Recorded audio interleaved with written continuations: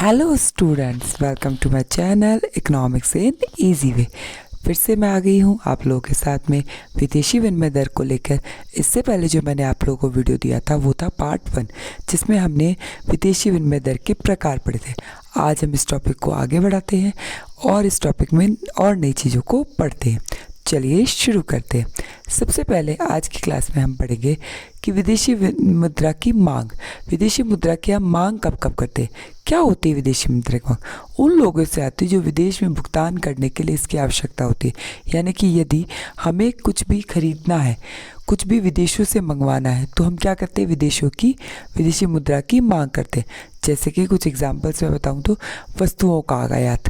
यदि हमें दूसरे देशों से कुछ वस्तु मंगवानी है तो हमें डेफिनेटली विदेशी मुद्रा की आवश्यकता पड़ेगी। यदि हमें पर्यटन जाना है, यानी कि हमें कोई घूमने फिरने जाना है, तो भी हमें किसकी ज़रूरत पड़ेगी, विदेशी मुद्रा की मांग की ज़रूरत पड़ेगी। यदि हमें एक तरफा हस्तांतरण यानी कि विदेशों में कोई गिफ्ट भेजना है, तो भी हमें किसकी ज़रूरत पड़ेगी, विदेशी मुद्रा की ज़रूरत पड़ेगी। और विदेशी मुद्रा में संपत्ति यानी कि यदि हमें कोई संपत्ति खरीदनी है तो भी हम किसकी मांग करते हैं, विदेशी मुद्रा की मांग करते हैं। यहाँ तक कि कई बार हम सट्टेबाजी क्रियाएं मतलब कम रेट पे, जैसे मान लो विदेशी मुद्रा खरीद के अधिक रेट पे बेचना, इसको क्या कहते हैं, सट्टेबाजी क्रिया। ऐसी क्रियाओं के लिए भी हम विदेशी मुद्रा की मांग करते हैं।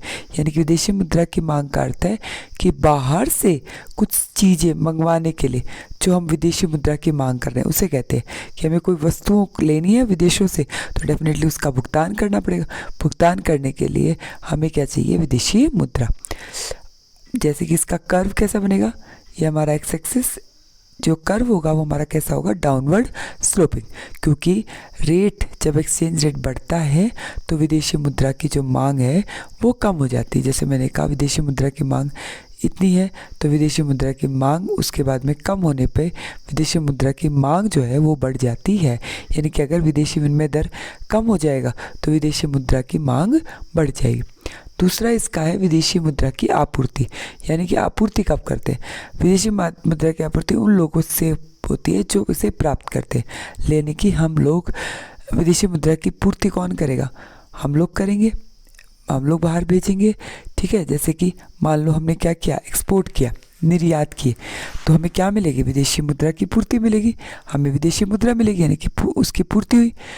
अगर मैंने बोला मुझे विदेशी निवेश हुआ, बाहर से किसी कंपनी ने हमारे यहाँ निवेश किया, तो भी क्या हुई, विदेशी मुद्रा की पूर्ति हुई। विदेशों से एक तरफा हस्तांतरण, यानी कि मान लो विदेशों से कोई गिफ्ट वगैरह आया तो वो क्या हो गया, विदेशी मुद्रा की आपूर्ति। या किसी सट्टेबाजी क्रिया, मान लो किसी विदेशी व्यक्ति ने सट्टेबाजी करी, उसने वहाँ पे हमारे यहाँ की करेंसी को खरीदा या डॉलर का यूज़ किया, तो उसको हम क्या कहेंगे, विदेशी मुद्रा की आपूर्ति। विदेशी मुद्रा की आपूर्ति मतलब कि जिस देश की हमें करेंसी चाहिए वो लोग जो हमें देते हैं उसको हम क्या कहते हैं, विदेशी मुद्रा की आपूर्ति। इसका कर्व कैसा बनेगा, इसका कर्व बनेगा हमारा पॉजिटिव स्लोपिंग, क्योंकि विदेशी मुद्रा की आपूर्ति जैसे जैसे विनिमय दर बढ़ती है वैसे वैसे उसकी आपूर्ति बढ़ती है। ठीक है, तो ये था आपका विदेशी मुद्रा की मांग और विदेशी मुद्रा की आपूर्ति। अब चला हम पढ़ते हैं विदेशी मुद्रा बाजार। विदेशी मुद्रा बाजार क्या होता है, वह बाजार जिसमें वस्तुओं को बेचा तथा खरीदा जाता है। यानी कि बाजार जहाँ पे विदेशी मुद्रा की बेचना या खरीदना होता है उसको हम कहते हैं विदेशी मुद्रा बाजार। इसमें दो प्रकार के बाजार होते हैं, विदेशी बाजार के दो प्रकार के होते हैं। एक होता है हाजिर बाजार, एक होता है वायदा बाजार। अक्सर हम इसमें कंफ्यूज होते हैं, मैं आपको बहुत अच्छे से समझाना चाहती हूँ। विदेशी बाजार के प्रकार क्या होते हैं। हाजिर बाजार इस बाजार को संदर्भित करता है जिसमें रसीद और भुगतान तुरंत किया जाता है। यानी कि रसीद भी तुरंत, मतलब जो रेट है, जिस रेट पे हमने उसी टाइम खरीद लिया उसको हम क्या कहते हैं, हाजिर बाजार।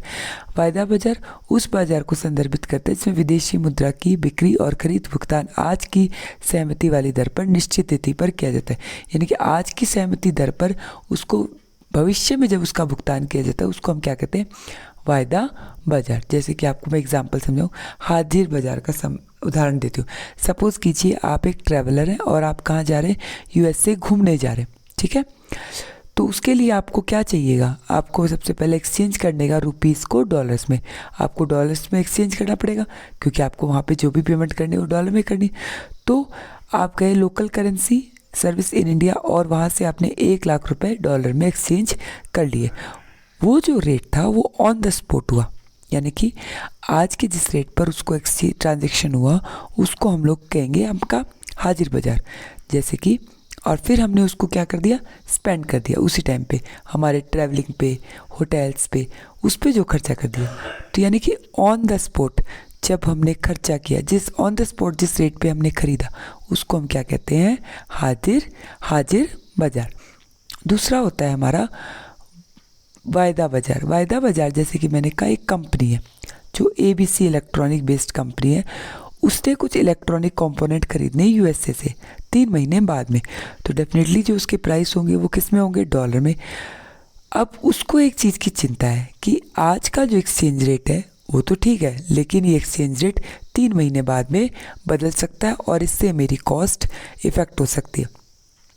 तो उसने क्या किया, एक कॉन्ट्रैक्ट बनाया। ABC इलेक्ट्रॉनिक्स जो कंपनी थी वो कॉन्ट्रैक्ट में आई फाइनेंशियल इंस्टीट्यूशन कि भाई मुझे 3 महीने बाद इतना डॉलर चाहिए, लेकिन आज के रेट पे मुझे चाहिए, ठीक है।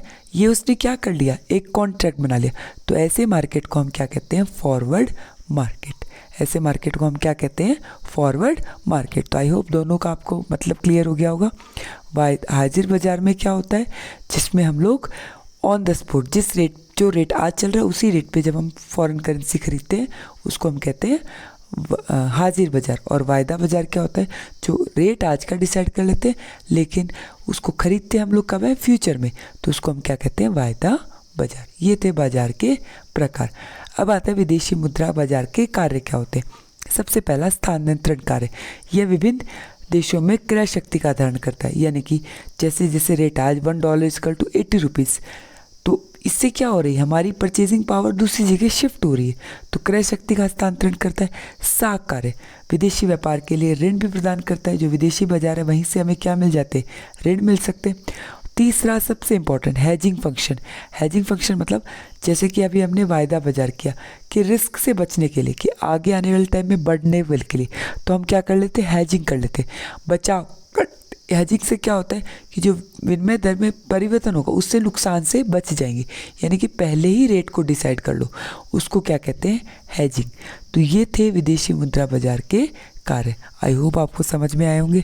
समझ में आए हैं तो प्लीज़ लाइक, सब्सक्राइब और शेयर जरूर कीजिए।